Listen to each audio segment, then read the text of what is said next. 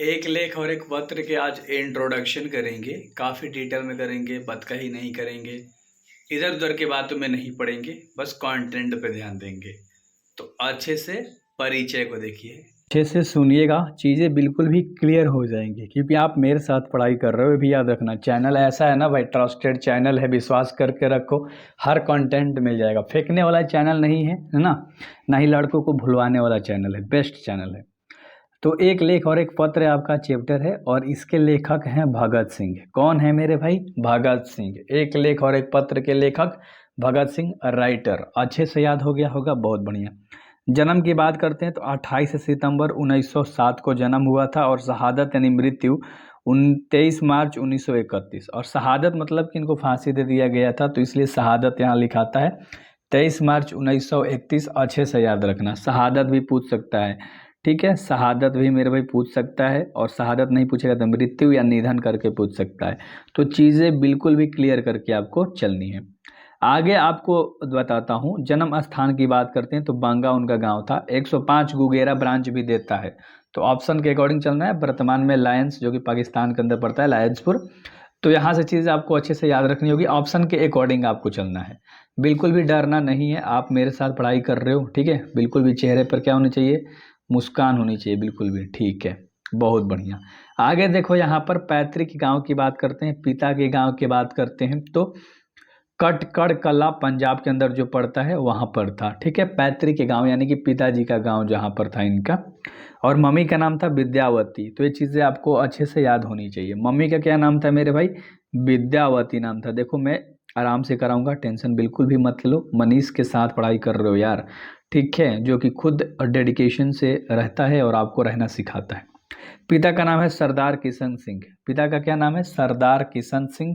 और चाचा का नाम है अजीत सिंह। और देखो, अजीत सिंह चाचा का नाम है, जो कि एक सरदार थे। क्या थे मेरे भाई? सरदार थे, बिल्कुल भी बढ़िया, सरदार।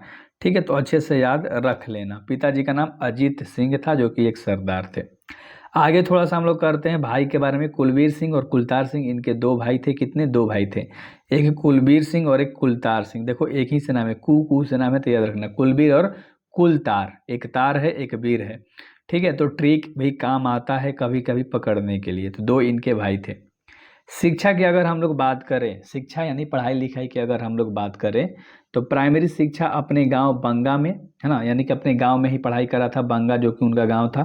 फिर लाहौर के डीएवी स्कूल से 9 तक की पढ़ाई की थी। डीएवी स्कूल से, जो कि लाहौर में एक डीएवी नाम का स्कूल था, ऐसे भी याद रख सकते हो, डीएवी जहाँ लाहौर में था, तो वहाँ से इन्होंने 9 तक की पढ़ाई करी थी, ठीक है।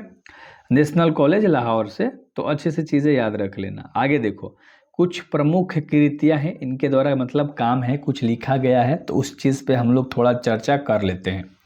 पंजाब की भाषा तथा लिपि की समस्या, विश्व प्रेम, युवक, मैं नास्तिक क्यों हूँ, अछूत समस्या, विद्यार्थी और राजनीति, सत्याग्रह और हड़तालें। नहीं समझ में आया? अच्छे से देख लो यार।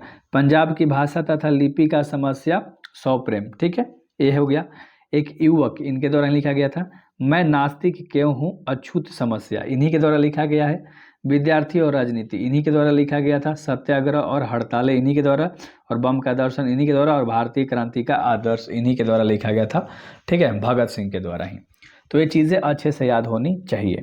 छोटा सा एक पॉइंट है, पिता और चाचा अजित सिंह लाला लाजपत राय के सहयोगी थे। किसके सहयोगी थे? पूछ सकता है कि भगत सिंह के पिता किसके सहयोगी थे? तो लाला लाजपत राय के सहयोगी थे, ठीक है, याद रहेगा, किसके? लाला लाजपत राय के। और उनके चाचा भी किसके सहयोगी थे? अजीत सिंह, लाला लाजपत राय के। भगत सिंह के चाचा अजीत सिंह थे ना, बहुत बढ़िया, ठीक ना। और कुलबीर और कुलतार कौन था? भाई था उनका, ठीक है। अगला पॉइंट है एक छोटा सा। 12 वर्ष की उम्र में जालियांवाला बाग की मिट्टी को लेकर क्रांतिकारी गतिविधियों की शुरुआत। जब ये 12 वर्ष के ही थे, जब इनका 12 साल हुआ था, तब इनमें क्रांतिकारी की भावना उठ पड़ी थी, उमंग एक आ गया था, जब इन्होंने जालियांवाला बाग हत्याकांड देख लिया था। तो उसी के साथ भाई वो अलग लेवल के हो गए थे, है ना, क्रांतिकारी बन गए थे। एक और पॉइंट है, देख लेते हैं। 1922 में चौरा चौरी कांड के बाद 15 वर्ष की उम्र में कांग्रेस और महात्मा गांधी के से मोह भंग हो गया था। 1915 में, परस मतलब 1922 में, सॉरी, 1922 में, याद रखना, ठीक है, हो जाता है भाई कभी कभी। तो 1922 में 15 वर्ष की उम्र में ही एक कांग्रेस के महात्मा गांधी से मोहभंग हो गया था। तो ये पॉइंट्स याद रख लेना। एंड अगला पॉइंट्स है 1923 में पढ़ाई और घर छोड़ दी थी। गणेश शंकर विद्यार्थी के पत्र प्रताप से सेवाएं दी, मतलब वहाँ काम करने लगे, वहाँ से सेवा प्रदान करने लगे लोगों को, ठीक ना। एंड आगे का पॉइंट्स थोड़ा देख लेते हैं यार, ठीक है। बहुत मज़ा आता है यार चीज़ें देखो अच्छे से जब आप करते हो। आप लोग अच्छे से पढ़ाई करते हो ना, मेरे को अच्छा लगता है देख के, कमेंट आप लोगों के देख के, आप लोगों के रिजल्ट्स को देख के एक अलग लेवल का सुकून मिलता है। 1926 में अपने नेतृत्व में पंजाब में नौजवान भारत सभा का गठन किया था। कब? 1956 में। किसने? 26 में, सॉरी 1926 में अपने नेतृत्व में पंजाब में नौजवान भारत का गठन किया था 1926 में भगत सिंह ने, ठीक है। और 1928 में 1928 से 1931 तक एक चंद्रशेखर आज़ाद के साथ मिलकर हिंदुस्तान समाजवादी प्रजातांत्रिक संघ का गठन किया था। समझ में आ गया होगा। 1928 ले 31 यानी 3 साल किसके साथ मिलके? चंद्रशेखर आज़ाद के साथ मिलके। बहुत बढ़िया, ठीक है। अगला पॉइंट्स हम लोग थोड़ा सा देख लेते हैं जो कि इम्पोर्टेंट है, ठीक है।